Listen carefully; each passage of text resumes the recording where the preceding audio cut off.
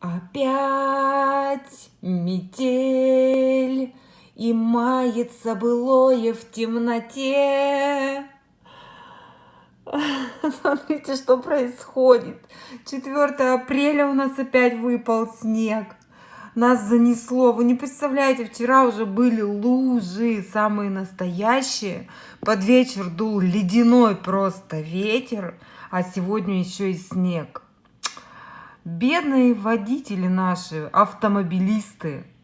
Я представляю, что творится на дороге сегодня. Это, конечно, коллапс настоящий. Там, наверное, вообще очень скользко. А некоторые ведь уже догадались переобуться. Надеемся, что все будет хорошо. Всем отличного дня. Пока-пока. Вон, видите, едет еще один сугробик.